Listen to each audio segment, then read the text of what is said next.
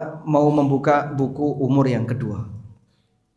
Isi dari kajian ini kurang lebih adalah menyadarkan kepada kaum muslimin akan adanya kesempatan di mana mereka bisa mendapatkan pahala pada saat mereka sudah meninggal dunia. Pahala yang terus mengalir walaupun orangnya sudah mati di alam kuburnya. Pahala yang terus mengalir itu dia dapatkan walaupun dia sudah tidak lagi hidup di bumi ini. Itulah umur yang kedua. Dan Bapak Ibu yang kami hormati, saat orang mati dia punya pahala yang terus mengalir, lebih aman dibandingkan orang yang hidup punya pahala. Saat kita beramal di posisi kita hidup, ada enggak kemungkinan amal itu hilang? Ada. Kenapa, Pak?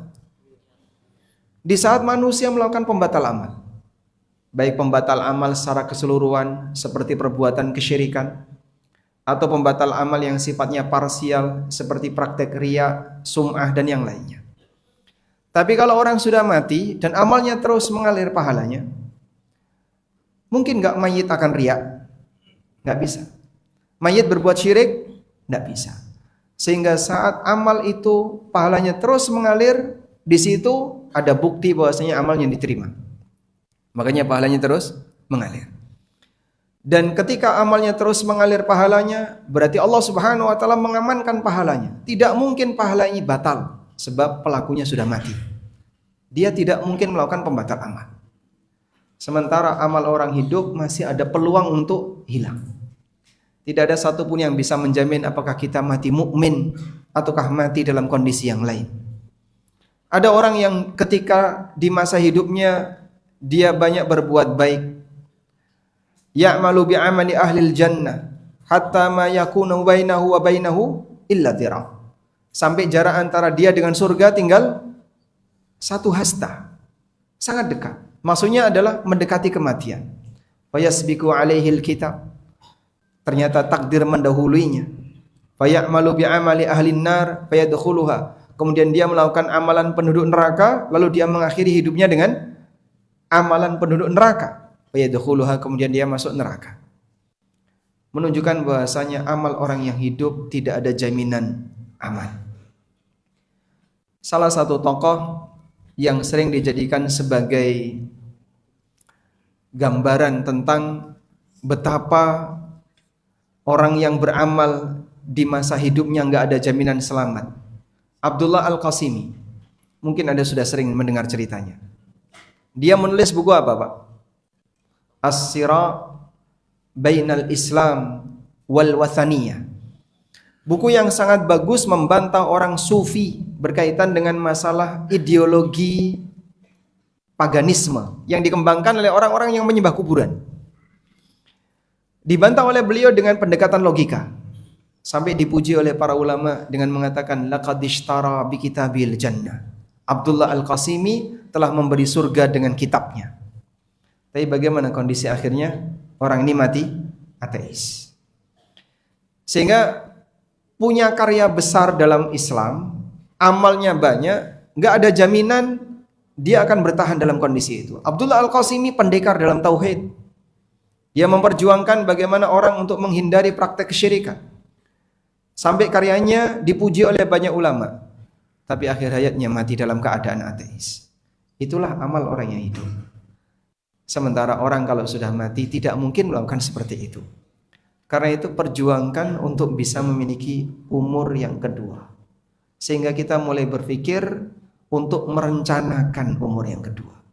Kira-kira amal apa yang bisa menghasilkan pahala terus mengalir sehingga di saat kita sudah mati pahala itu tetap ada dan Allah Subhanahu wa taala menjaganya. Baik. Selanjutnya Bapak Ibu yang dimuliakan Allah, tips ketika Anda menjumpai buku yang baru. Kalau Anda menemukan buku yang baru, pertama lihat judul. Berikutnya adalah lihat daftar isi. Sekarang silakan dilihat daftar isi. Melihat daftar isi berarti Anda seperti melihat peta. Karena Anda mau memasuki sesuatu yang baru. Saat Anda tahu peta, Anda punya gambaran umum, kira-kira di dalam buku ini isinya apa saja. Sehingga seperti Bapak misalnya mau memasuki tempat wisata. Ada beberapa titik-titik permainan atau tempat-tempat nongkrong. Sehingga Anda tahu, oh di sini ada binatang, di sini ada kolam renang, di sini ada apa. Kemana yang Anda tuju disebutkan dalam peta. Daftar isi akan menjadi pemandu bagi Anda, kira-kira peta buku ini isinya apa. Sudah? Setelah Anda baca daftar isi, nanti Anda lihat dari sekian daftar isi ini mana yang menurut Anda paling menarik untuk dibaca. Misalnya Anda melihat, oh di sini ada materi sumber berkah. Saya kok pengen tahu sumber berkah itu apa. Langsung menuju halaman yang Anda tertarik untuk membacanya. Ini Anda untuk bisa mengukur kira-kira buku ini ilmiah atau tidak. Kriteria buku yang bagus ada 3. Sistematis itu berurutan. Pembahasannya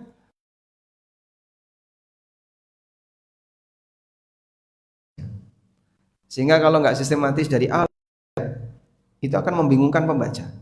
Tapi ketika sistematis mudah untuk diterima. Yang kedua, bahasanya nyaman. Anda tidak dihadapkan dengan bahasa yang sulit dicerna. Ada sebagian buku yang itu kelasnya kelas kampus. Ketika dibaca oleh masyarakat umum sulit karena dia pakai bahasa kampus, bukan bahasa populer. Sehingga mungkin sulit bagi dia untuk memahaminya. Yang ketiga, muatan ilmiah. Muatan ilmiah artinya sesuai data.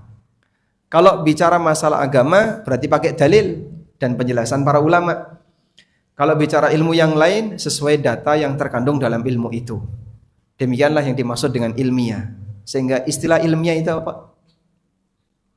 Yang dimaksud dengan ilmiah sesuai realita, sesuai data. Itulah ilmiah.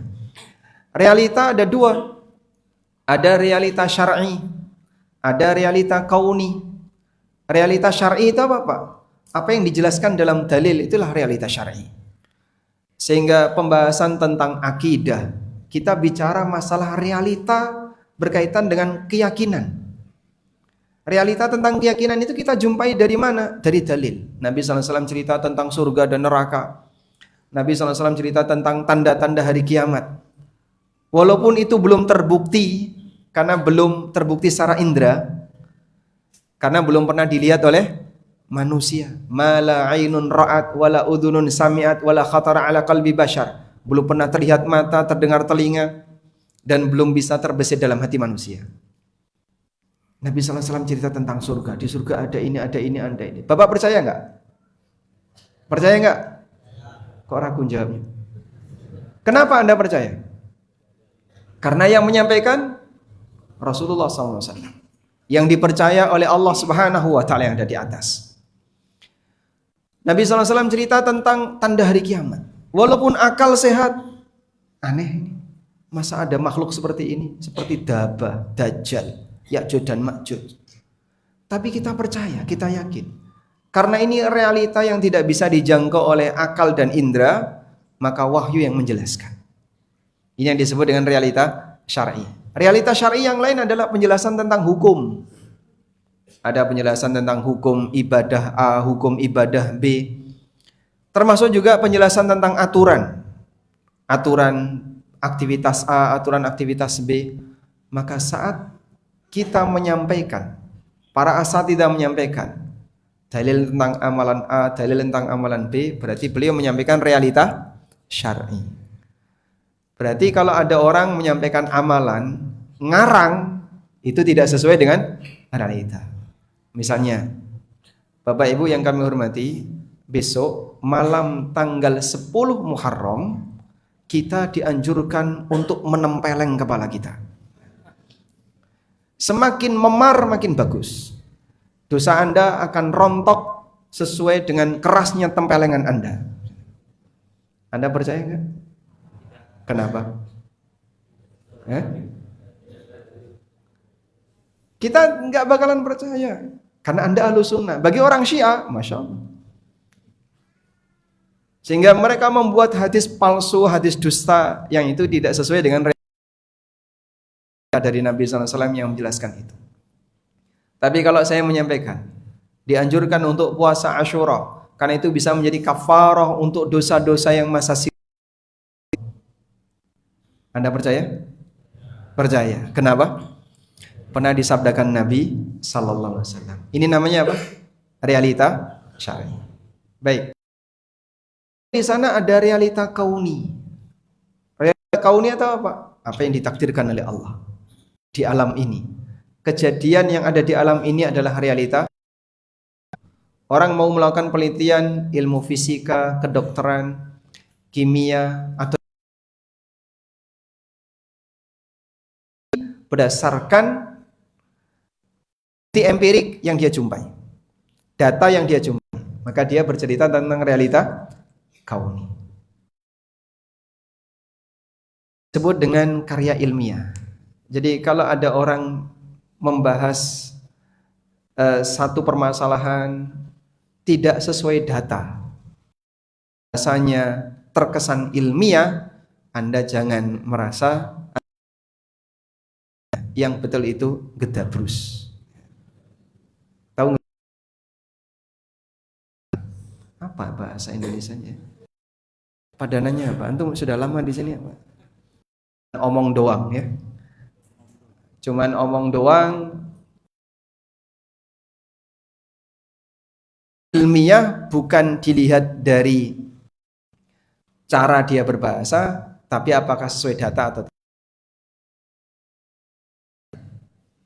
Nyaman didengerin, itu bahasanya enak. Kalau sistematika, urutan.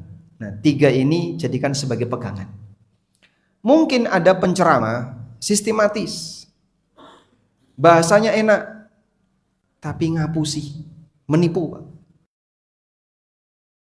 Penjelasan tidak sesuai dengan kondisi real yang ada dalam referensi, dia tipu masyarakat, mungkin, Pak. Dan mungkin viral, penipu. Makanya sadari bahwasanya 3 kriteria ini dijadikan sebagai acuan kira-kira referensi itu layak dibaca atau tidak.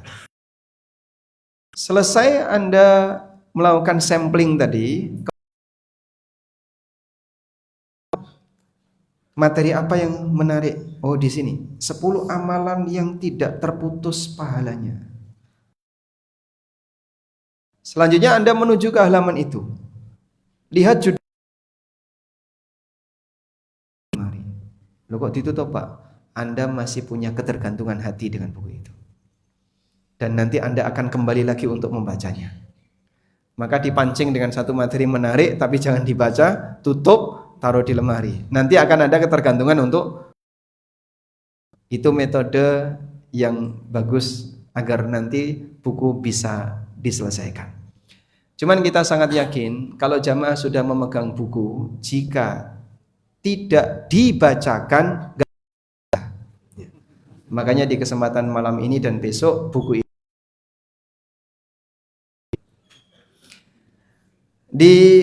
ini berisi 4 atau 5 materi pokok. 5 umur yang kedua. Bagaimana semangat yang diberikan oleh syariat agar seorang muslim termotivasi untuk merencanakan umur yang kedua. Karena ada orang yang orangnya masih hidup, amalnya sudah selesai. Orangnya masih hidup sudah nggak punya amal, Pak. Dia nggak punya amal yang pahalanya terus mengalir, selesai. Contohnya orang pikun.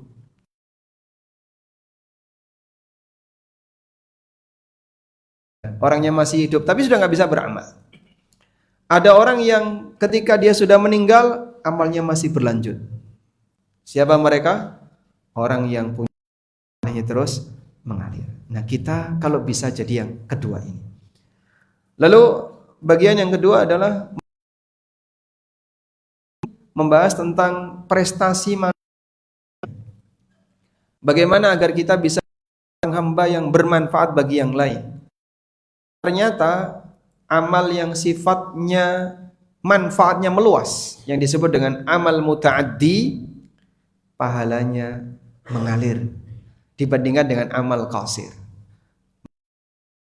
Sedekah jariyah, kemudian membangun masjid,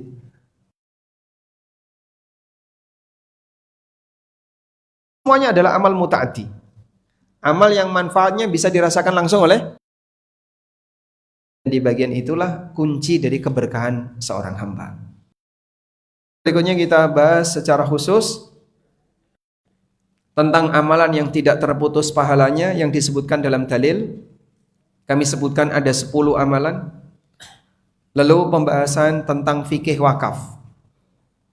Karena sedekah jariyah maknanya adalah wakaf, sehingga kita detailkan tentang masalah wakaf. Kemudian di bagian akhir kami bahas tentang masalah wakaf produktif, ya.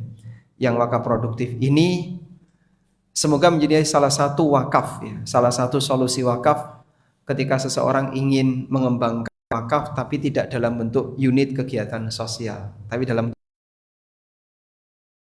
sebutkan di sini tentang fikih wakaf produktif. Baik, sekarang kita menuju ke halaman yang pertama. Bapak Ibu yang kami hormati, Allah Subhanahu wa taala tidak hanya mencatat amal kita, juga mencatat pengaruh dari amal perbuatan kita. Sehingga yang dicatat, apa dalil? Allah berfirman, "Inna nahta wa naktubu ma qaddamu wa atharahum wa kulla syai'in ahsaynahu fi imamin mubin." Kami yang menghidupkan makhluk yang telah mati, dan kami catat apa yang telah wa atharahum, dan berikut dampaknya. Wa kulla, dan segala sesuatu kami di imamin mubin, imam nyata. Imamin mubin yang dimaksud apa? Buku catatan Lauhul Mahfuz. Disebut dengan imam karena dia jadi rujukan. Maka mushaf di zaman Utsman sebutannya apa? Mushaf di zaman Umar, di zaman Utsman sebutannya apa?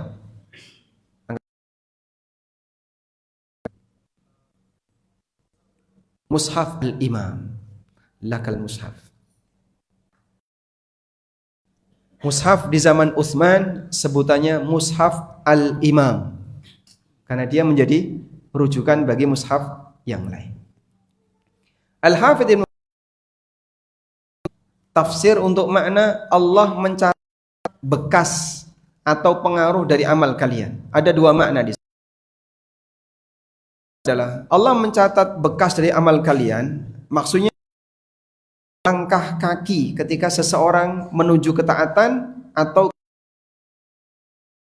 langkah kaki menuju taat bernilai pahala, langkah kaki menuju maksiat bernilai dosa. Semakin nilai pahalanya. Dan ini hadis dari Jabir bin Abdullah radhiyallahu anhu. Ada sekelompok masyarakat yaitu Bani Salimah yang tinggal jauh dari Masjid Nabawi.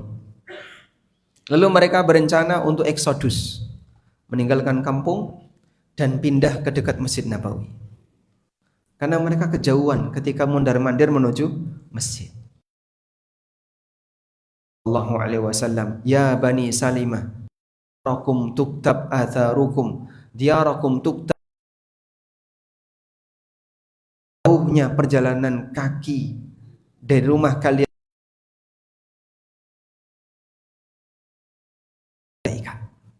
kalian gak usah pindah, di situ ndak akan oleh Allah Ta'ala. Baik, yang parkir paling jauh, yang parkir paling jauh ada lo tadi di ujung itu, masya Allah, ujung Kalimantan tuh. Mau mushaf? Baik. Sehingga mereka yang parkir jauh dia jalan kaki. Yang dekat tinggal turun depan masjid dengan yang parkir jauh sama. Beda. Siapa yang lebih besar pahalanya?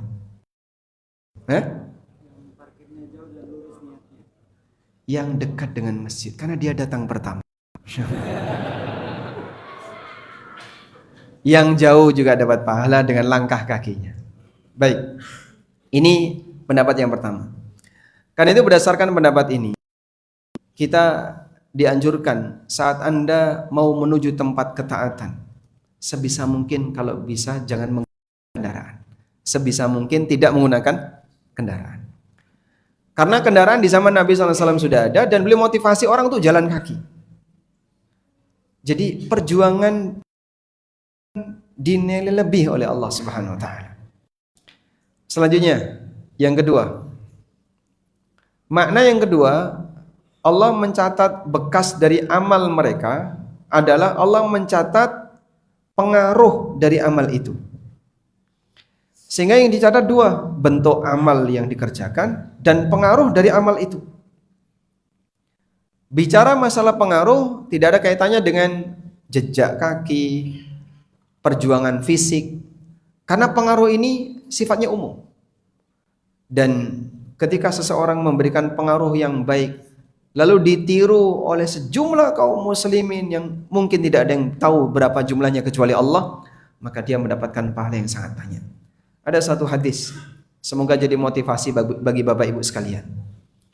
Man sanna fil islami sunnatan hasanah.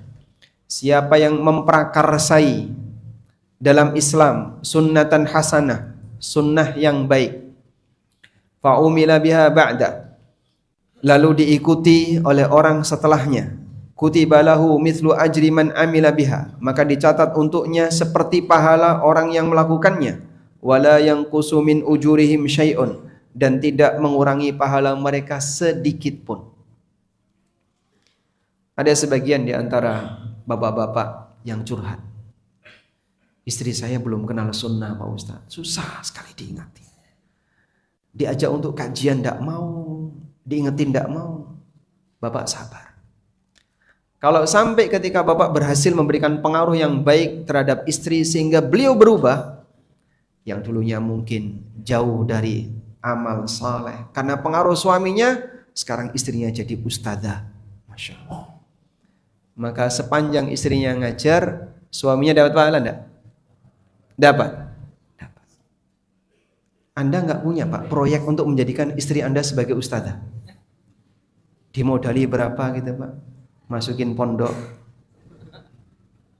Enggak mau? Yang nggak mau yang mana? Suaminya atau istri?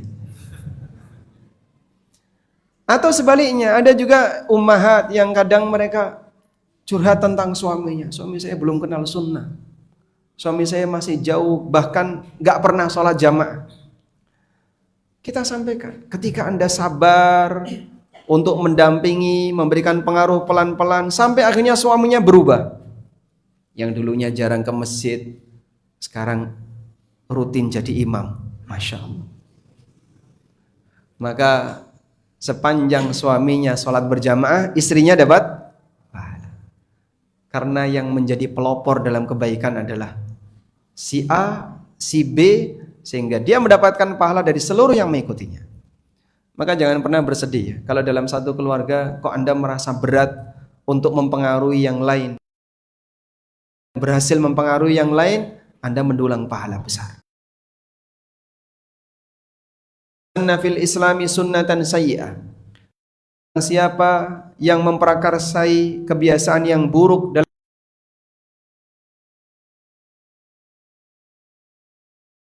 balahu mithlu wizri man amila biha, maka akan dicatat dengan dosa setiap orang yang mengikutinya, la yanqusu min auzarihim,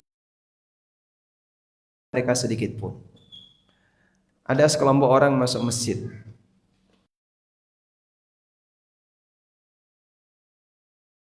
salat atau tidak, salat sunnah atau tidak, qobliyah atau tidak, semuanya ragu. Tiba-tiba ada satu ikhwah, orang salat semuanya ikut salat. Yang salat tadi dapat pahala enggak? dia dapat pahala plus pahala teman-temannya tadi. Makanya kalau ketemu yang ragu kayak gitu Pak, segera sholat. Nanti kalau teman-teman Anda yang lain kok sholat, Anda dapat pahala. Begitu Bapak maju sholat, qomat. Sehingga Anda tidak ditiru sama yang lain karena sudah iqamah. Hal yang sama ketika terus ditiru. Mungkin sekarang sedang semarak ngawuri-wuri kabudayan ya. Menjaga kearifan lokal dalam kurung ya. Sayangnya tidak semua budaya memenuhi standar syariah. Ya, Pak. Sehingga ada tampilan budaya. Pakaian asli orang Balikpapan itu pakaian syar'i atau tidak? Pakaian aslinya enggak ada. Pendatang semua ini. Jadi yang mungkin ditampilkan ini kan budaya orang Pontianak atau orang Dayak misalnya, dengan pakaian orang Dayak. Yang perempuannya juga disuruh berpakaian muslimah ikut-ikutan. Andaikan ini jadi berkembang,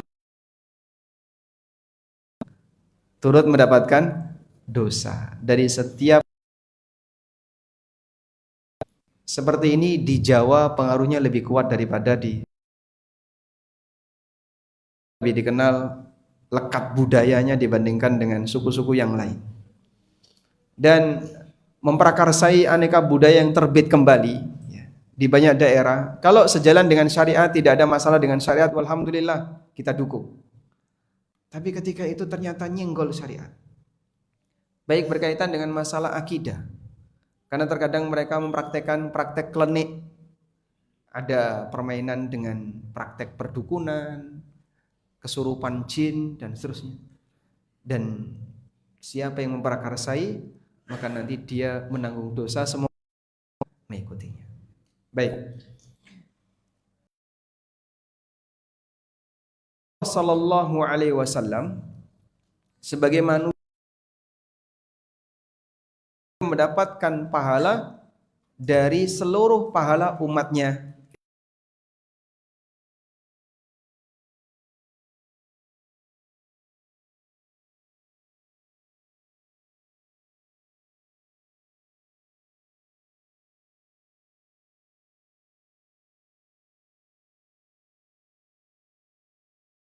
Sallallahu alaihi wasallam adalah pahala yang tidak putus.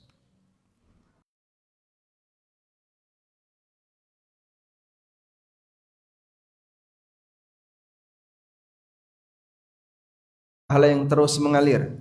Wa dzalika lima aslafahun nabiyyu sallallahu alaihi wasallam min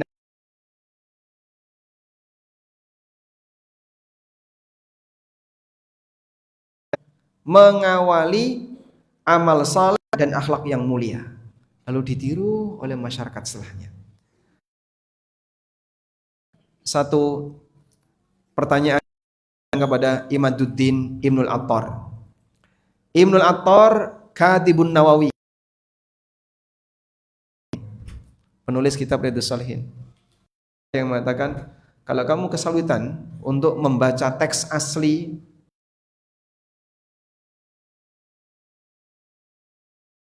Imaduddin Ibnul Attar rahimahullah pernah ditanya, hal tajuzu qiraatul Quran ida'u thawab ilaihi sallallahu alaihi wasallam wa hal fihi atharun?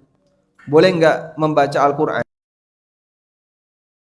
pahalanya untuk Nabi sallallahu alaihi wasallam, dan ada sebagaimana kebiasaan yang ma'ruf ya, ila hadratil Mustafa,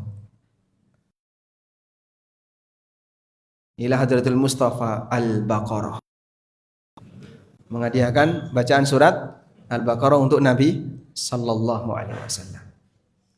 Apakah seperti ini diperbolehkan? Dan ada enggak dalil tentang itu? Penjelasan yang disampaikan oleh Imaduddin Ibnul Attar. Amma qiraatul Qur'anil aziz. Membaca Al-Quran famin afdalil qurubat, termasuk di antara amal soleh yang paling afdal. Wa amma ihda'uhu lin Nabi sallallahu alaihi wasallam, adapun menghadiahkan untuk Nabi sallallahu alaihi wasallam, lam yunqal fihi atharun, tidak pernah dinukil adanya dalil, mimman yu'taddu bihi, dari orang yang riwayatnya diakui. Bal yambaghi ayyumna'a minhu, bahkan kalau bisa dilarang. Kenapa? Karena orang ini melakukan praktek yang tidak pernah diizinkan oleh syariat. Kemudian beliau tegaskan, ma'anna thawabat tilawah, padahal pahala dari bacaan Quran hasilun lahu, juga didapatkan oleh Nabi sallallahu alaihi wasallam bi asli syar'ihi sallallahu alaihi wasallam, karena beliau yang pertama kali mengajarkan. Wa jami'u a'mali ummatihi fi mizanihi, dan seluruh amal soleh umat beliau ada di timbangan amal Nabi sallallahu alaihi wasallam. Sehingga Bapak tidak perlu menghadiahkan bacaan Al-Quran, tidak perlu menghadiahkan amalan apapun, otomatis Rasulullah sallallahu alaihi wasallam dapat pahala. Karena beliau yang pertama kali ngajari. Orang membuat ilustrasi. Tapi Pak, katanya, kata siapa? Ya katanya. Kalau kita menghadiahkan pahala untuk Nabi sallallahu alaihi wasallam, itu seperti orang ngisi tandon. Ada? Ketika yang ngisi ini banyak sekali karena menghadiahkan pahala amal untuk Nabi sallallahu alaihi wasallam, maka nanti tandon ini luber. Saat luber, luberan itu akan mengenai kita. Ilustrasi ini Anda terima atau tidak? Kenapa? Kenapa Anda tidak menerima ilustrasi seperti ini? Berarti ada amal Nabi SAW yang hilang. Dari mana amal seorang hamba kok hilang? Berarti kan Allah tidak menjaganya. Itu sama dengan mengatakan, menuduh kalau Allah tidak menjaga amal Nabi SAW. Sampai ada amal Nabi yang hilang gara-gara luber. Seberapa kecil tampungan amal Nabi SAW kok sampai luber tandonnya itu? Padahal Bapak Ibu, kalau Anda perhatikan dalam Al-Quran ya, di banyak ayat Allah Subhanahu wa taala sering mengatakan, innallaha la yudhi'u ajral muhsinin ajral mu'minin, itu di banyak ayat. Al-Baqarah, Ali Imran 171. Wa annallaha la yudhi'u ajral mu'minin. At-Taubah 120. Innallaha la yudhi'u ajral muhsinin. Surat Hud 115. Fa innallaha la yudhi'u ajral muhsinin. Maknanya apa sih Pak? Allah tidak akan menyia-nyiakan pahala orang yang telah berbuat baik. Dan orang yang berbuat baik yang tertinggi adalah Rasulullah SAW. Pasti tadi bertentangan dengan isi Quran. Siapa tandon amalnya Nabi SAW luber, berarti tahun ini bertentangan dengan beberapa ayat yang tadi kita baca. Padahal Allah tidak pernah menyia-nyiakan pahala orang yang telah berbuat baik, termasuk pahala Nabi sallallahu. Baik. Selanjutnya, mengawali maksiat dosanya terus mengalir. Sabda, la tuqtalu nafsun dzulma al-awwal kiflun min damiha. Tidak ada selain anak Adam yang pertama, saudaranya akan menanggung darahnya. Kenapa Pak? Li'annahu awwala man sannal qatla, karena dia yang pertama kali mengawali pembunuhan. Masya Allah. Jadi anak Adam ini kira-kira dosanya segede apa? Pembunuhan di dunia ini yang terjadi karena kedzaliman, dia harus bertanggung jawab terhadap darahnya. Karena dia yang pertama kali. Di annahu awwalu man sannal qatl, karena dia yang pertama kali ngajari pembunuhan. Semua pembunuhan setelahnya dia tanggung jawab. Masya Allah. Itulah bahayanya orang yang mengawali perbuatan keburukan. Maka hati-hati ya ketika Anda menyampaikan sesuatu yang ternyata itu adalah pertama kali dan itu isinya keburukan, lalu ditiru oleh orang lain, selamanya bisa jadi dosa itu tidak hilang. Sepanjang ada yang meniru model pakaian tertentu yang buka aurat. Dulu katanya tidak ada Pak, pakaian wanita kok sobek lengannya atau bolong punggungnya, sehingga yang lain utuh, punggungnya bolong misalnya, atau sobek di lengannya. Awal ketika itu muncul terus ditiru sama yang lain. Maka yang pertama kali bikin desain itu dia nanggung dosa. Semua orang yang mengikutinya. Waliyadzubillah.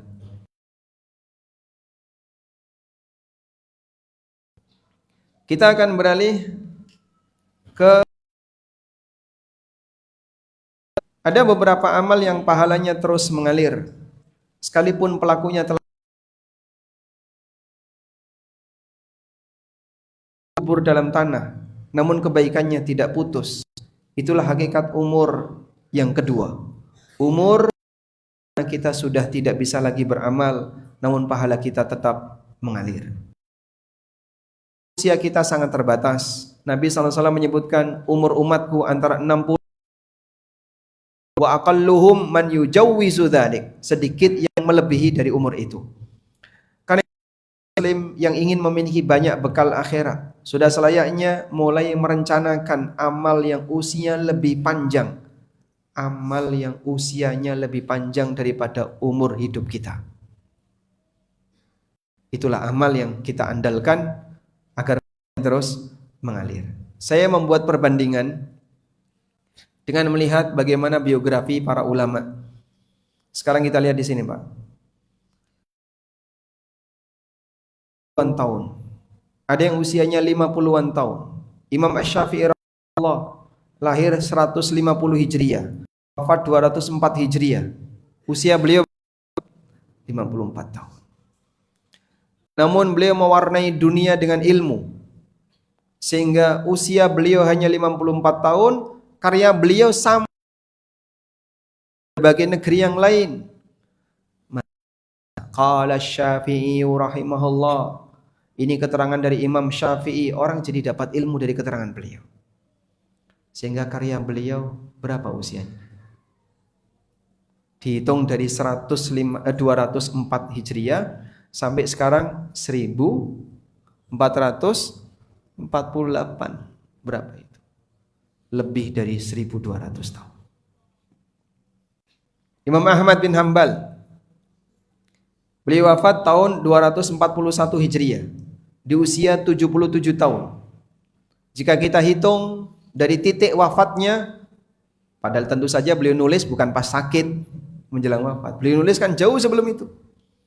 Jika kita hitung dari titik wafatnya saja, maka Musnad Imam Ahmad lebih dari 1200 tahun. Belum kitab-kitab yang lain. Imam Bukhari rahimahullah, beliau wafat pada tahun 256 Hijriah di usia 62 tahun. Sementara Sahih Bukhari tetap dipakai sebagai referensi zaman sekarang. Dan begitu orang dikasih hadis dalam kurung HR Bukhari, yakin sahih. Enggak pakai ragu. Sampai orang membuat hadis palsu dalam kurung HR Bukhari. Dicari, Ustadz ada enggak hadis seperti ini? Ini teks Arabnya aja enggak ada. Ada hadis tapi teks Arabnya enggak ada. Jadi kira-kira itu di kitab mana, Pak? Bahasa Arabnya aja enggak ada kok. Adanya cuma terjemahan. Dan orang enggak malu, Pak. Kasih dalam kurung HR Bukhari itu enggak malu. Orang awam kan enggak ngerti, Pak. Dia langsung menelan mentah-mentah. Ini katanya HR Bukhari. Ya HR Bukhari tapi dusta. Dan Imam Bukhari dengan usia 62 tahun, karya beliau lebih dari 1180 tahun. Masya Allah. Bersaing dengan mereka mustahil. Mereka punya karya-karya besar dan itu diakui oleh dunia. Padahal Bapak Ibu, pada waktu mereka lahir sama seperti kita. Sama-sama nol, mulai dari nol. Baik, saya kasih hadiah.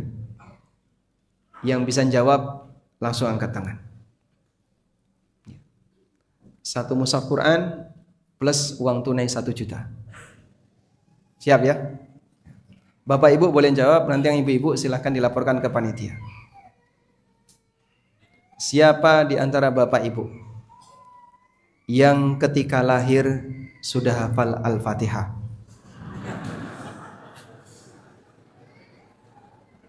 Ada Pak? Karena kita dan mereka sama. Imam Bukhari dulu waktu lahir hafal Fatihah enggak Pak? Imam Ahmad? Sama. Mereka semuanya dari nol. Wallahu akhrajakum min butuni ummahatikum la ta'lamuna syai'an. Allah mengeluarkan kalian dari rahim ibu kalian dalam keadaan tidak tahu apapun. Tapi mereka bisa, umurnya cuman 62 tahun, 54 tahun, tapi ilmunya Masya Allah kalbahar, seperti lautan. Itulah manusia pilihan Allah Ta'ala. Sehingga orang-orang seperti ini sudah tidak muncul lagi di muka bumi. Nabi yang maksum dan dapat wahyu, mereka manusia biasa. Tapi sudah tidak ada lagi edisi seperti ini muncul di muka bumi. Maka kita merindukan manusia sekelas Imam Ahmad. Andaikan ada sekelas Imam Ahmad di zaman kita, Masya Allah. Andaikan ada sekelas Imam Bukhari di zaman kita. Andaikan ada sekelas Imam Malik. Andaikan ada seperti Syekhul Islam Ibnu Taimiyah. Manusia yang sudah enggak ada lagi. Enggak ada. Makanya kalau misalnya ada teman masa madesu, masa depan suram, Ustaz, saingan untuk masuk Madinah ketat, masuk Libya juga ketat, kampus-kampus yang ada di Saudi yang jadi sasaran semuanya syaratnya ketat. Kalau Anda bisa fokus dan serius, sekelas orang dulu, ketika Anda belajar dengan di Timur Tengah, ilmu Anda diakui orang pada Anda. Maka tidak harus belajar di titik tertentu, karena orang bisa belajar dimanapun. Apalagi alhamdulillah di zaman sekarang gampang. Demikian pula An-Nawawi, wafat tahun 676 Hijriah, di usia 45 tahun, sangat pendek. Tapi kitab beliau banyak sekali, baik yang berjilid-jilid maupun yang tipis, dan rata-rata Bapak Ibu lihat ya, banyak karyanya Nawawi jadi referensi. Riyadhus Shalihin, Arba'in Nawawiyah. Terus apa lagi Pak? Yang sering karyanya Nawawi. Dalam masalah fikih beliau juga punya buku yang jadi referensi, Raudhatut Thalibin. Dan masih banyak karya yang lain. Sehingga An-Nawawi rahimahullah dijadikan sebagai referensi. Demikian pula Syekhul Islam. Beliau wafat tahun 728 Hijriah di usia 67 tahun. Tapi karya beliau dijadikan referensi hingga di berbagai bidang ilmu. Dan jika ditarik di tahun wafatnya, berarti karya beliau lebih dari 715 tahun. Makanya digelari sebagai Syekhul Islam, karena jadi referensi di banyak bidang ilmu. Tafsir nama beliau ada. Pembahasan akidah sering sekali nama beliau dikutip. Pembahasan fikih enggak kalah. Pembahasan apa lagi? Ada Syekhul Islam. Maka beliau jadi referensi di banyak ilmu-ilmu Islam, sehingga orang mengakui beliau sebagai guru dalam Islam. Maka digelarilah Islam. Al-Hafidz Ibnu Hajar juga sama. Usia beliau 79 tahun. Wafat di tahun 852 Hijriah. Jika kita tarik sampai sekarang, karya beliau lebih dari 590 tahun. Bulughul Maram tetap dipakai sampai sekarang. Kemudian apa lagi? Kitab Fathul Bari sering jadi referensi, dan belum buku-buku yang lain. Karena itu para ulama mengatakan yamutul alim wa yabqa kitabuhu. Manusia bisa mati, tapi kitabnya bertahan hidup. Dan karya lebih panjang usianya daripada umur dirinya. Saya bisa apa Pak kalau dibandingkan mereka? Sehingga bersaing dengan mereka nampaknya mustahil. Tapi tidak menutup kemungkinan kalau Anda ikut terlibat walaupun di bagian kecil yang bisa Anda lakukan.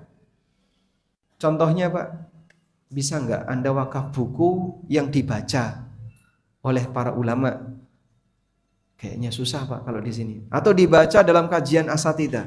Baik, saya bisa lakukan. Ketika Anda bisa lakukan itu, Anda misalnya membeli sejumlah buku, bagikan untuk kajian ruh. Insya Allah dia mengambil bagian dalam yang mudah-mudahan amalnya terus. Sehingga kalau nulis tidak bisa, Anda ganti beli untuk disebarkan kepada yang lain. Beberapa mahasiswa yang ada di Madinah, S2 terutama ke atas ya, mereka kan butuh referensi. Kadang nggak punya duit untuk beli. Nah itu salah satu kesempatan. Kalau Anda bisa belikan buku untuk beliau, kemudian mereka jadi tesis, jadi karya tulis, disebarkan kepada masyarakat, insya Allah yang ngasih buku akan terus. Walhamdulillah. Sudah masuk waktu Isya. Lalu kita lanjutkan beberapa materi. Baru setelah itu, setelah penutupan baru kita sholat Isya insyaallah. Wassallallahu ala nabiyyina Muhammad alihi wa sahbihi wasallam.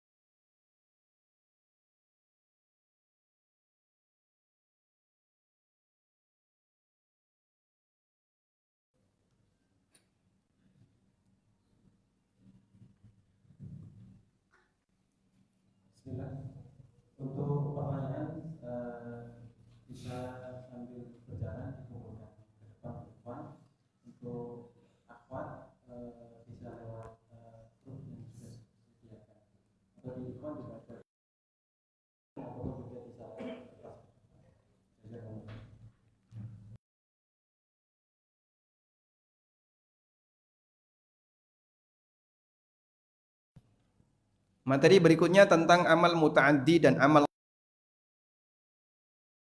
Ini adalah amal yang manfaatnya bisa dirasakan langsung oleh orang lain. Bersedekah, wakaf.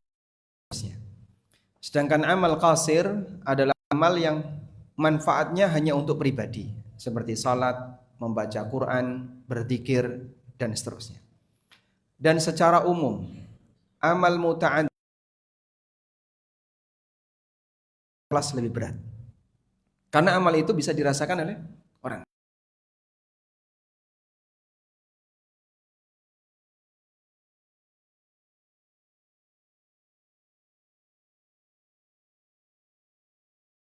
Sehingga nggak boleh tersembunyi. Contohnya mengajar.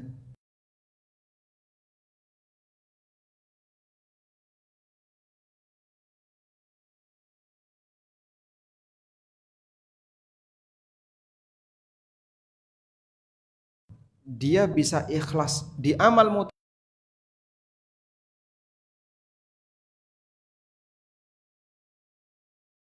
Di amal qasir saja dia nggak bisa ikhlas, apalagi amal lain, nggak tenang. Apalagi dia mau melakukan amal muta'addi, amal qasir saja dia nggak bisa ikhlas.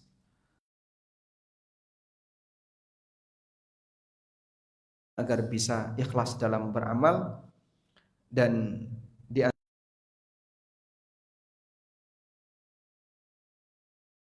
sejatinya memberi manfaat bagi hamba. Datang dari Allah, bukan ujian dari hamba. Amal muta'addi memberi banyak manfaat bagi umat. Seperti inilah amalan para sahabat.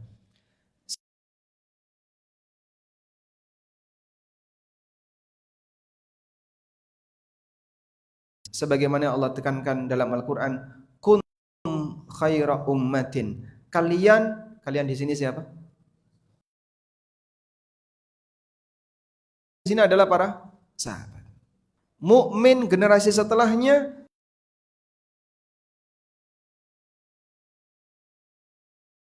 kalian adalah sebaik-baik umat. Bagaimana bentuk amal muta'addi? Ta'muruna bil ma'ruf wa tanhauna munkar. Amar ma'ruf nahi munkar wa tu'minuna billah, dan beriman kepada Allah. Kata Al-Hafidz Ibnu Katsir, yang dimaksud dengan kuntum khaira ummah, beliau mengatakan annahum khairul umam wa anfa'un nasi linnas. Mereka dan manusia yang paling banyak menyebarkan kebaikan bagi masyarakat. Dan kita berutang budi kepada para sahabat, melalui jasa kita bisa mendapatkan penjelasan tentang agama yang benar. Baik. Karena itu Rasulullah sallallahu alaihi wasallam pernah memberikan untuk berusaha menjadi manusia yang menyebarkan kebaikan. Beliau pernah berdiri di hadapan para sahabat, duduk. Lalu beliau bersabda, maukah kutunjukkan kepada kalian orang yang terbaik di antara kalian dan orang yang paling buruk di antara kalian? Enggak ada satupun sahabat yang jawab. Kenapa enggak ada yang jawab? Kalau ditunjukkan terbaik mungkin enggak ada masalah. Yang terburuk ada di sini, gimana? Yang terburuk si A itu. Coba. Malu dia. Maka enggak ada satupun yang berani angkat tangan. Mau ya Rasulullah. Sehingga semuanya terdiam. Sampai beliau ulangi sebanyak 3 kali. Karena sahabat takut. Ketika Nabi SAW mengatakan, maukah kutunjukkan kepada kalian siapa yang terbaik di antara kalian, yang terburuk di antara kalian? Kalau yang terbaik kan mungkin tidak ada masalah ya. Berarti dia orang yang berprestasi. Tapi kalau yang paling buruk dilihat oleh banyak orang, di mana rasa malunya akan disimpan. Sampai beliau ulangi 3 kali, barulah sahabat mengatakan, tentu ya Rasulullah. Silakan Anda sampaikan. Mereka sudah pasrah andaikan namanya disebut. Ternyata Nabi SAW tidak nyebut nama. Beliau nyebut kriteria. khairukum man yurja khairuhu wa yu'manu syarruh. Orang yang terbaik di antara kalian adalah orang yang bisa diharapkan kebaikannya dan kita merasa aman dari dampak buruknya. Wa syarrukum man la yurja khairuhu. Orang yang paling buruk di antara kalian adalah orang yang tidak diharapkan kebaikannya wala yu'manu syarruhu, sementara tidak ada jaminan aman dari keburukannya. Demikianlah kriteria orang yang baik dan yang buruk. Selanjutnya, para sahabat masa silam sangat semangat dalam memberikan kebaikan kepada orang lain. Sampai beliau berusaha untuk melayani orang lain. Jadi bukan model orang yang senang dilayani, tapi senang melayani. Anda lebih senang mana? Dilayani atau melayani? Coba jawab dengan jujur. Anda lebih senang dilayani. Itu jawaban jujur ya.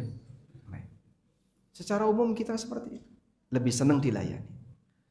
Jadi kalau ada piring kotor di rumah dan tidak ada pembantu, siapa yang duluan nyuci piring? Suami atau istri? Suami atau istri? Suami. Alhamdulillah. Khusus malam ini boleh nggak jujur? Nggak ada yang sia-sia, Pak. Jadi mungkin Bapak berpikir, masa aku udah kerja kok malah jadi babu di rumah. Ibu juga sama, ketika Anda berusaha untuk mendahului suami, mencuci piring, ngepel dan seterusnya, tidak ada yang sia-sia. Lelahnya muslim, mukmin, bahkan untuk memberikan layanan bagi keluarganya, kira-kira berpahala atau tidak? Berpahala. Suatu ketika Nabi SAW bersama para sahabat, dalam cuaca yang cukup panas, ada yang puasa dan ada yang tidak puasa. Ketika mereka singgah, yang tidak berpuasa sibuk melayani yang lain, membuatkan tenda, menyiapkan air, kemudian bersih-bersih, masak dan seterusnya. Sementara yang puasa hanya bisa berteduh diem, khawatir nanti kalau bekerja mereka nggak kuat. Kemudian Nabi SAW mengatakan, "Zahabal muftiruna al-yawmil ajri." Yang nggak borong pahala, sehingga yang nggak puasa pahalanya lebih pada yang puasa. Karena puasa amal pribadi, amal apa? Qasir. Tadi ya, amal yang sifatnya apa? Bisa bekerja sosial bagi yang lain. Dia melakukan amal muta'addi. Yang nggak puasa dipuji oleh Nabi SAW. Dzabal muftirun al-yawma bil ajri. Yang demikian pula yang Mujahid bercerita, Sahih Umar fis safar li akhdumahu. Aku pernah membersamai Ibnu Umar dalam safar untuk membantu melayani beliau. Fakana yakhdumuni, malah Ibnu Umar. Ini sahabat, Pak, yang pernah ketemu Rasulullah SAW, tapi melayani yang tidak pernah ketemu Nabi SAW. Artinya dari sisi selisih derajat jauh sekali. Tapi orang saleh tidak pernah merasa lebih tinggi daripada yang lain dalam masalah hidup, sehingga sahabat melayani tabi'in. Mus'ad bin Ahmad bercerita, beliau pernah menyertai Abu Muhammad Al-Maruzi. Dikoreksi ya. Ini yang benar Al-Marwazi. Tulisannya Al-Maruzi, ditulis Al-Marwazi. Ketika berangkat haji, beliau mensyaratkan agar saya mengikuti apapun instruksi beliau. Ketika waktu tawari sesuatu, beliau mengatakan, bukanlah aku sampaikan bahwa kamu harus mengikuti instruksi. Beliau terus melayaniku hingga aku menyesal bersama beliau. Sehingga jangan coba-coba membersama. Itu dulu. Kalau sekarang, semoga baik. Ini ada satu kisah yang diceritakan oleh Ibnu Rajab. Tersebutlah orang saleh safar jihad bersama teman-temannya. Dan saat mau beliau mensyaratkan kepada teman-temannya, saya ingin bergabung dengan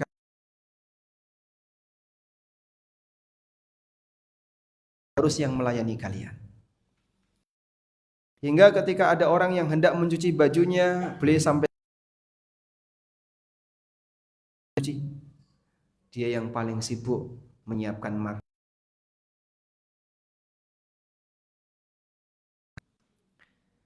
Sehingga orang ini menjadi orang yang bermanfaat, yang mampu dijangkaunya dengan cara melayani yang lain.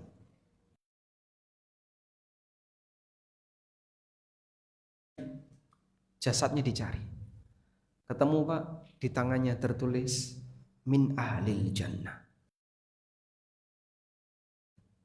Diperiksa, itu tulisan di balik kulit yang tidak mungkin ditulis oleh orang itu. Jasadnya masih ada di bumi, tapi orangnya sudah dinyatakan sebagai penduduk surga. Dalam perjalanan ketaatan, ketika Bapak sedang berangkat umroh atau berangkat haji atau safar untuk kajian dan yang lainnya, siapa yang paling sibuk melayani yang lain, itulah pahalanya paling besar. Sebab manusia yang banyak memberi manfaat bagi yang lain, dia akan mendapatkan pahala yang lebih banyak. Saya ketemu orang yang nata sandal ketika sholat jamaah. Kemudian saya tanya, ngapain ditata, biarin aja. Ya mohon maaf, saya hanya bisa melakukan seperti ini. Walaupun mungkin kita anggap itu sepele ya, tapi subhanallah, beliau ingin melayani siapapun yang mampu beliau jangkau, walaupun hanya dengan nata sandal. Tadi sandalnya ditata enggak? Sasian. Jadi mungkin yang belakang kok tiba-tiba dengan inisiatif setelah mendengarkan kajian saya terus keluar. Sandal di belakang kok rapi, alhamdulillah. Itu adalah karya dari sebagian ikhwah kita, teman Anda yang ingin beramal bagi orang lain semampu yang beliau bisa jangkau. Sekarang kita akan beralih ke renungan Ibnul Jauzi. Ibnul Jauzi salah satu di antara ulama yang memiliki keunggulan dalam menyampaikan nasihat. Beliau punya kelebihan sangat rajin ibadah, sangat rajin belajar. Sampai beliau pernah mengatakan, "Walau qultu inni tala'tu 20 alfi mujalladin kana aktsar." Andaikan aku sampaikan, aku telah mempelajari 20.000 jilid kitab, mungkin lebih dari itu. Membaca lebih dari 20.000 jilid. Masya Allah. Itu judulnya saja kita tidak tahu. Wa ana ba'du fit talab. Dan setelah itu saya masih belajar. Sekarang kita lihat. Sebagian ulama punya kelebihan.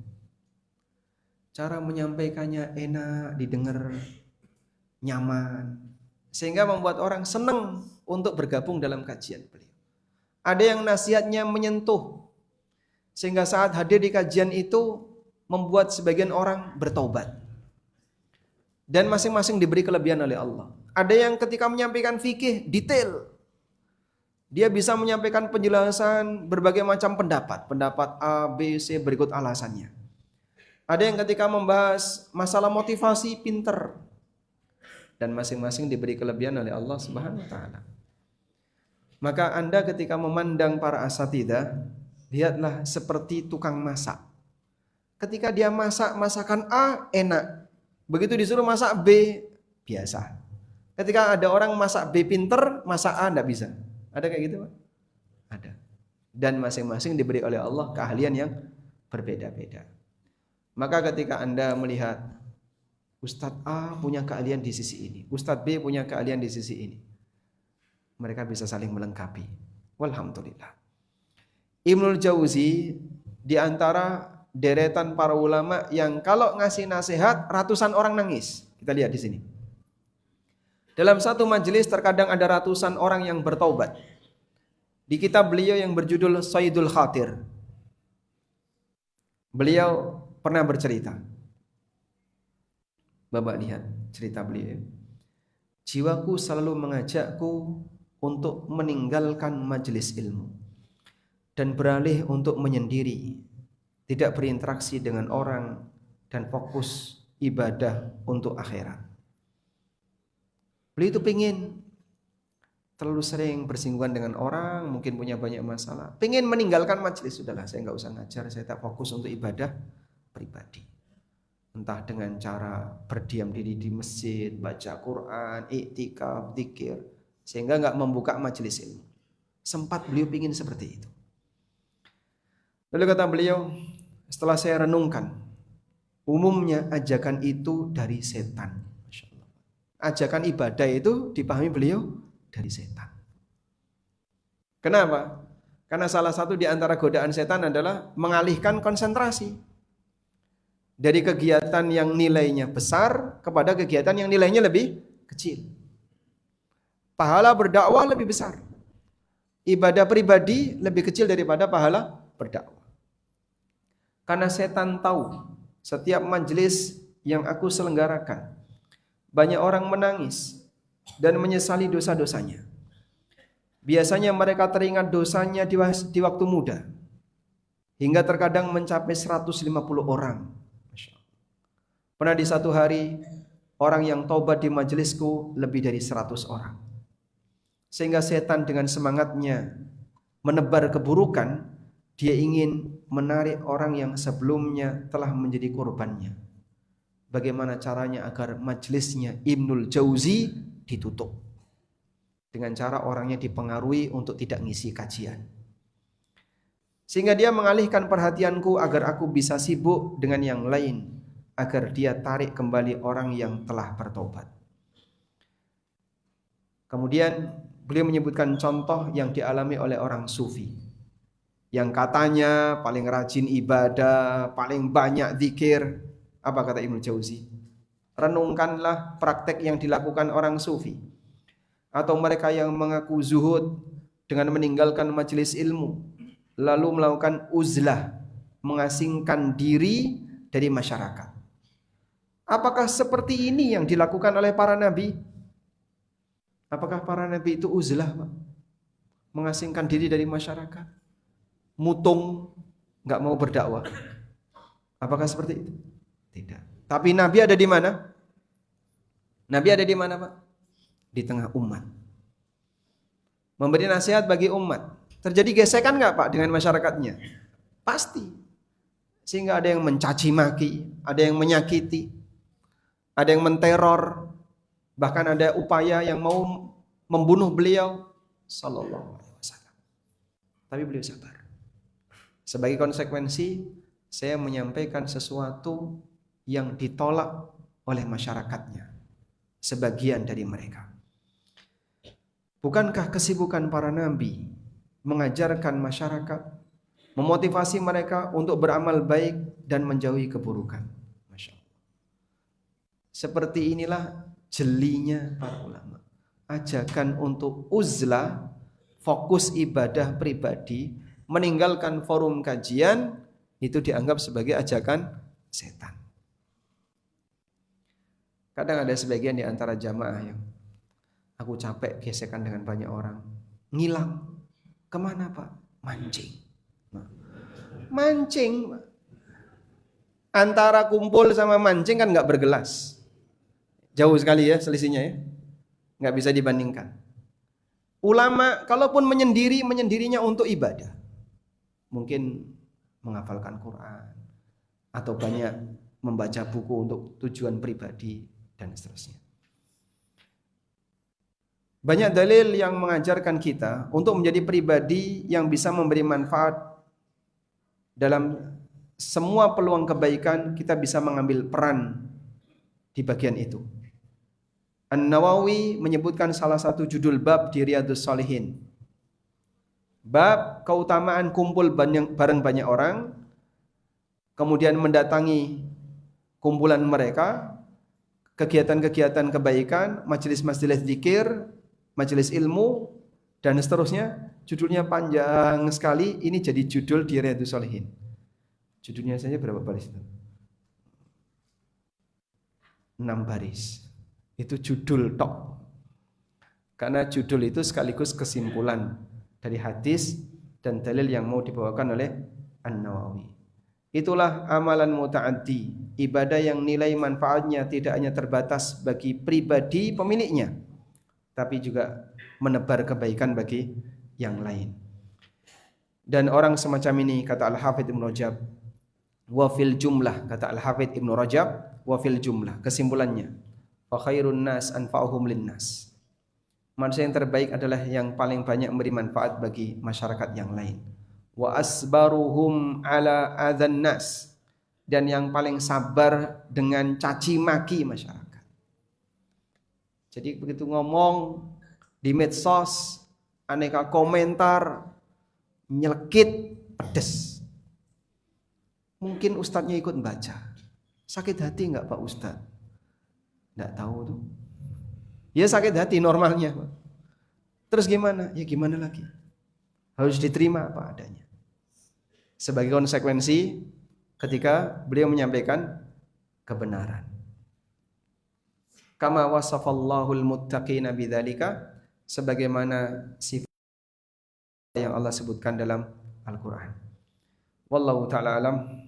Mungkin itu yang bisa kita sampaikan sebagai pengantar. Wassallallahu ala nabiyyina Muhammadin wa ala alihi wa sahbihi wasallam.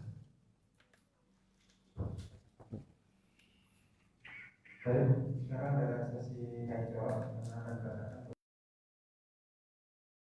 Assalamualaikum warahmatullahi wabarakatuh. Waalaikumsalam warahmatullahi wabarakatuh. Nasihat kepada kami para remaja yang baru menyelesaikan sekolah.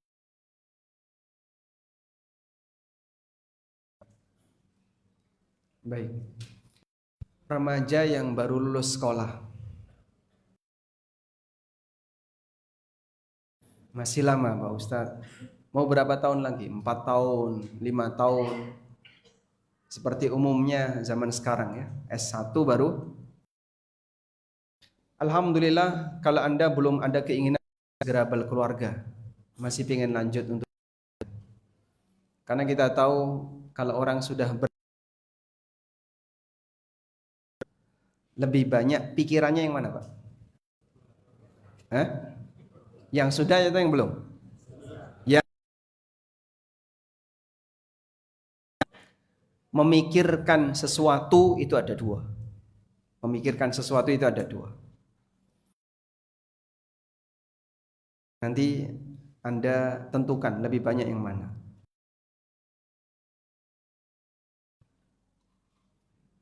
Pertama, ada memikirkan yang banyak, memikirkan pelajaran, menambah hafalan, memahami keterangan dan penjelasan. Ini akan berdampak positif. Membuat orang makin cerdas, makin pinter, makin meningkat kualitasnya. Sudah? Yang kedua, memikirkan mikir kerjaan, mikir kesejahteraan, mikir anak, istri, istri mikir suami, mikir semua yang dipikirkan. Layaknya manusia hidup. Mikir seperti ini yang terjadi justru memberikan dampak negatif, penurunan kualitas. Pertanyaan saya, Anda lebih banyak yang mana? Anda lebih banyak yang mana? Mikir pelajaran atau mikir masalah hidup? Ya? Pelajaran. Pelajaran. Santri. Lebih banyak yang mana Pak? Yang 1 atau 2? 2. Kalau diajak mikir 1 Pak, berat Pak. Banyak orang yang ketika diajak untuk mikir pelajaran, dibuka kelas bahasa Arab gratis, yang daftar banyak gitu. Terus hilang 1 demi 1. Kenapa Pak? Ya ustadznya itu tanya terus ya kalau pas pelajaran. Kita nggak pernah bisa jawab. Akhirnya hilang 1 demi 1, hilang demi 1. Sehingga yang waktu pembukaan itu ratusan, pas selesai kitab tinggal 3 orang. Dibuka lagi kelas baru, rame lagi. Cuman rame di awal ya. Habis itu apa? Hilang satu demi satu. Kenapa mereka ngilang, Pak? Aku udah keberatan mikir, Pak. Dia ngakunya sudah nggak sanggup mikir. Nggak sanggup mikir itu nggak sanggup mikir pelajaran. Suruh ngapalin, hafalkan huruf jar, hafalkan apa saja kata-kata yang bisa atau huruf yang bisa membuat status jadi marfu, nasab dan seterusnya. Bingung dia, ngapalin itu nggak kuat, mutung. Nah, ketika dia mutung, dia nggak kuat untuk mikir pelajaran. Ayo Pak, sekolah lagi Pak. Terus kesel mikir, capek mikir, karena dia nggak mau mikir pelajaran. Maka para siswa yang baru lulus, Anda belum tersentuh bagian ini lebih serius. Nanti ketika nikah ini jauh lebih besar bobotnya. Maka mumpung belum tersentuh yang kedua, fokuskan yang pertama. Maksimalkan yang pertama. Makanya kalau belum ada keinginan nikah, jangan dipancing untuk ke arah situ. Nyari-nyari kenalan. Kemudian sudah PDKT dengan calon mertua. Padahal belum ada kejelasan. Itu akan ganggu belajar kamu. Sehingga sudahlah, kalau memang belum siap untuk nikah, lupakan saja rencana itu, fokus untuk belajar. Ketika Anda masih bisa fokus di nomor 1, begitu bekal Anda sudah cukup banyak, walaupun masih sedikit, saat Anda beralih berkeluarga, nanti saat menghadapi ini lebih ringan. Wallahu a'lam.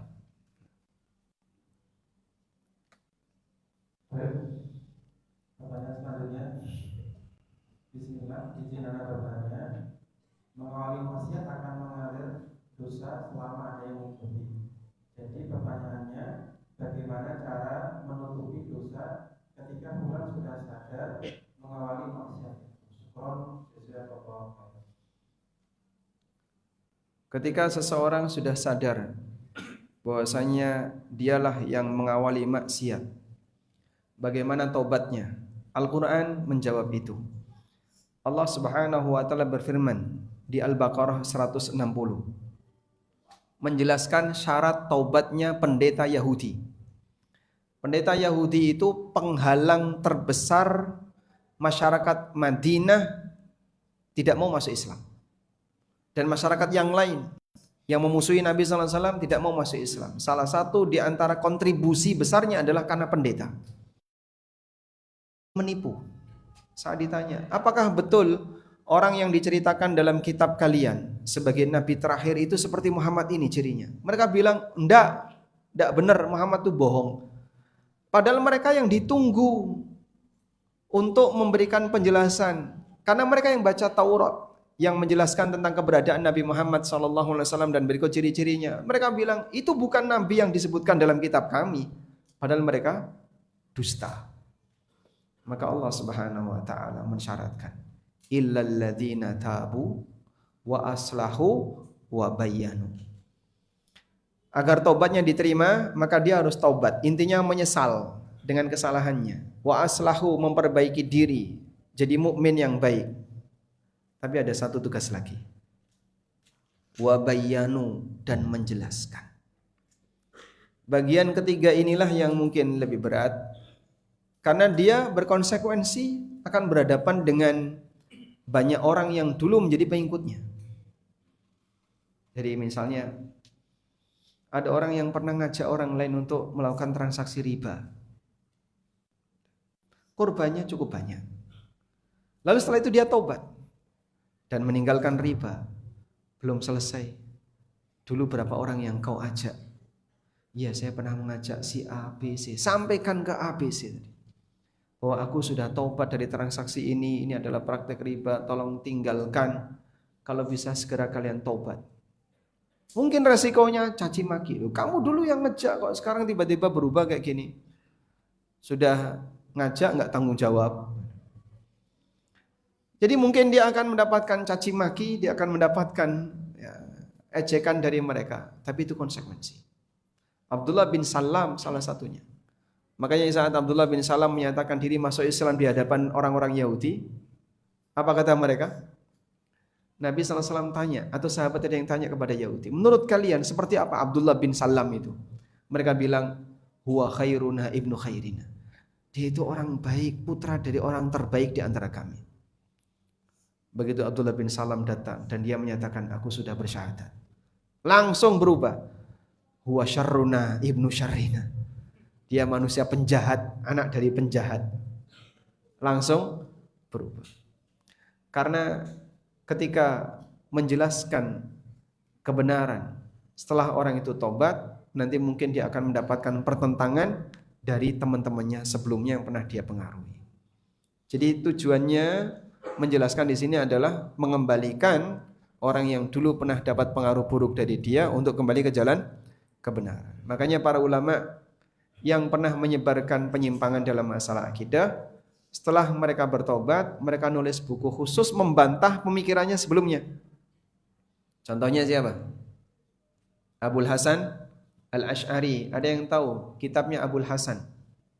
Nah, Al-Ibana an-Sunnah Diyana, Risalah al-Tsaghar, Maqalatul Islamin.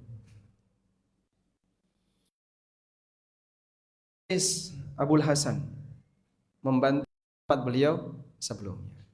Wallahu a'lam.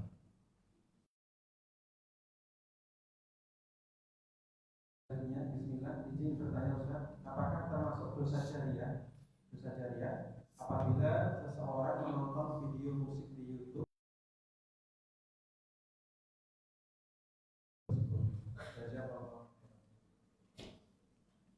Nyumbang satu ya.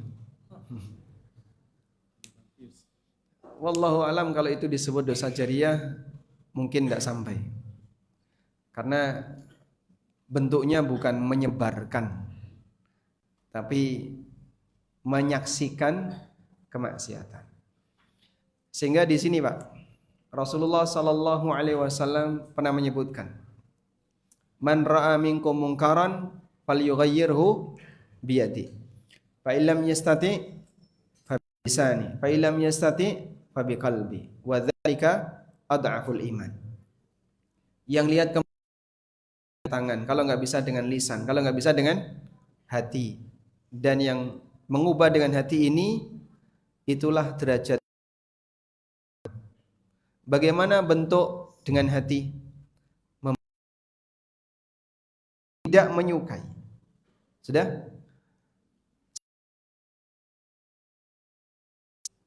Tontonan maksiat atau hiburan. Dia tidak mengubah dengan tangan, tidak mengubah dengan lisan, dan dia ikut nonton. Berarti hatinya tidak membenci. Orang seperti ini hilang imannya. Hilang imannya atau tidak? Karena disebut oleh Nabi SAW, wadzalika adhaful iman. Membenci dengan hati itu tingkatan iman yang ini tidak membenci, dia menikmati. Berarti hilang imannya atau tidak? Tidak. Coba angkat tangan. Mana tadi? Tidak. Kenapa?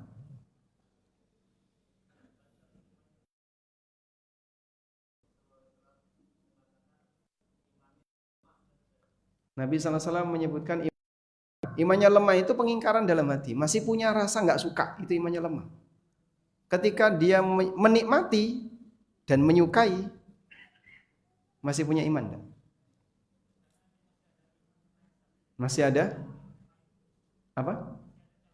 Masya Allah, barakallah. Dia masih punya cabang iman yang lain. Anda mau mushaf atau buku?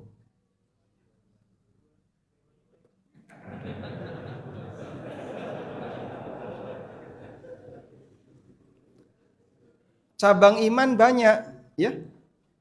Sehingga saat orang misalnya nonton sesuatu yang isinya maksiat, dia nggak benci, tapi dia nikmati.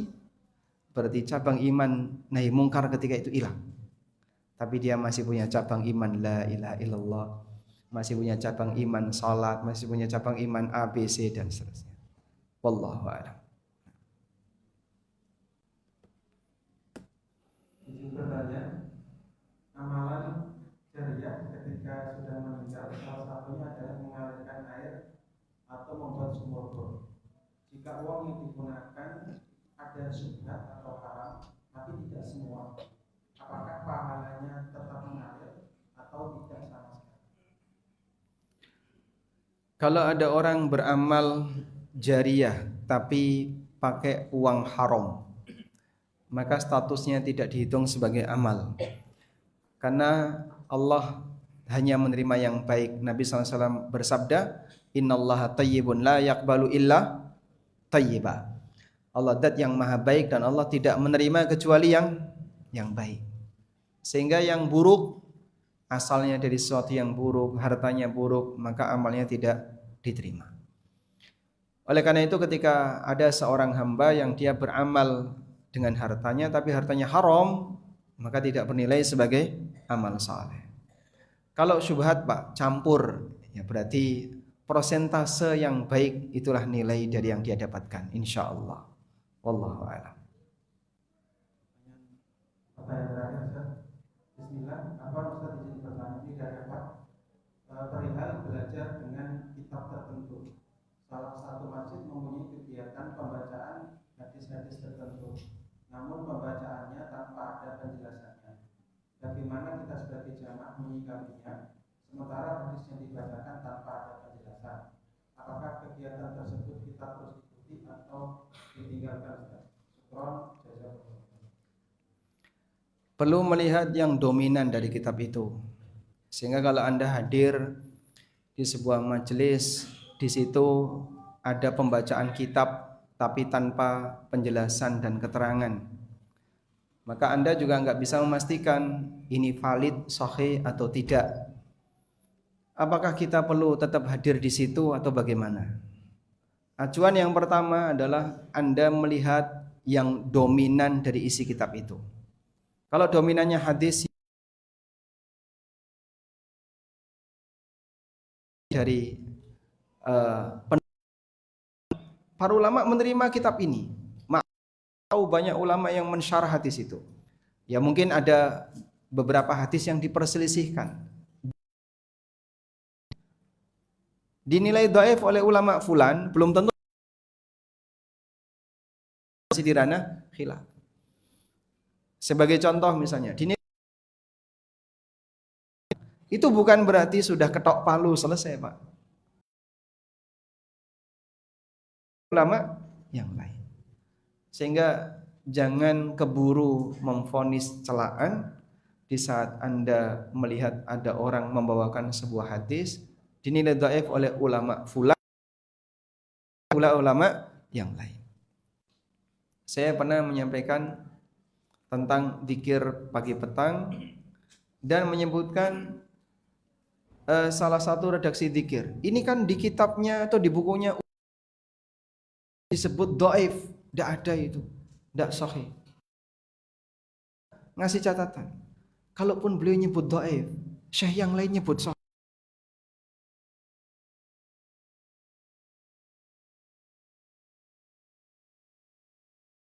Muktabar. Maka jangan menyampaikan hadis dhaif menurut si ulama A dan dianggap bahwasanya tidak sesuai sunnah dan seterusnya. Ini contoh ketika seseorang tidak baik. Sebaliknya itu dominan kitab bermasalah, isinya masalah. Misalnya ini kitab kumpulan nggak benar. Banyak, walaupun ada yang menyebutkan hadis sahih, kadang mengutip Sahih Bukhari. Nah, yang kayak gini jangan diikuti. Nanti akan ada banyak sekali hadis-hadis palsu, hadis maudhu yang Anda tidak punya penyaringnya. Lainnya kalau Riyadhus Shalihin.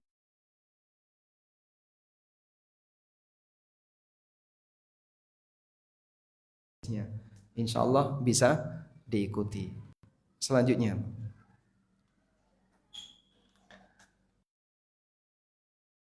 ada anak kecil, masih remaja.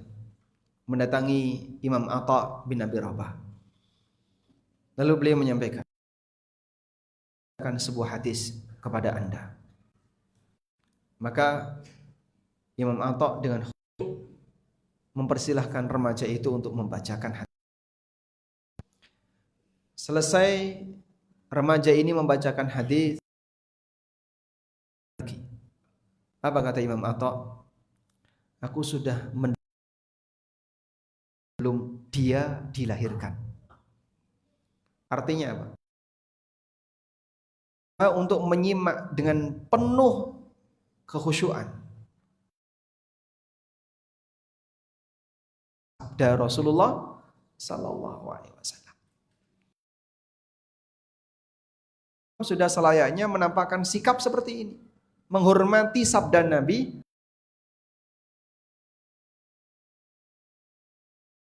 Jangan sampai ketika kita mendengar hadis, udah pernah, udah sering, kamu sudah sering mendengarkan hadis itu. Innamal sekian puluh tahun yang lalu, alaihi wasallam, yang saat itu dibacakan, Anda layak untuk dengerin dengan seksama. Sebagaimana Al-Quran yang mungkin sudah sering Anda dengerin, tapi ketika Al-Quran diperdengarkan, kita tetap harus mendengarkan dengan seksama, menyimak dengan seksama, sebagai penghormatan kepada hadis Nabi SAW atau penghormatan kepada firman-firman Allah Subhanahu wa taala. Demikian yang bisa kita bahas. Semoga apa yang kita bahas ini bermanfaat.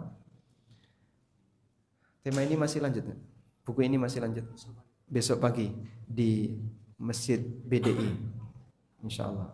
Baik, demikian semoga apa yang kita sampaikan ini bermanfaat. Wassallallahu ala nabiyyina Muhammadin wa ala alihi wa sahbihi wasallam. Ini ada hadiah ya. Ada program tebar 1000 buku tafsir salat diberikan untuk masjid, perpustakaan masjid, dan Masjid Imam An-Nasai di antara yang mendapatkan. Ada takmir atau ustaz? Ketua DKM.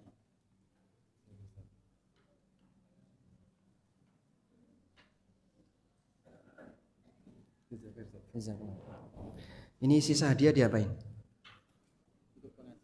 Untuk pengajian. Baik, untuk besok ya.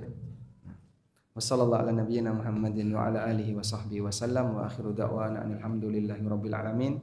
Wassalamu alaikum warahmatullahi wabarakatuh.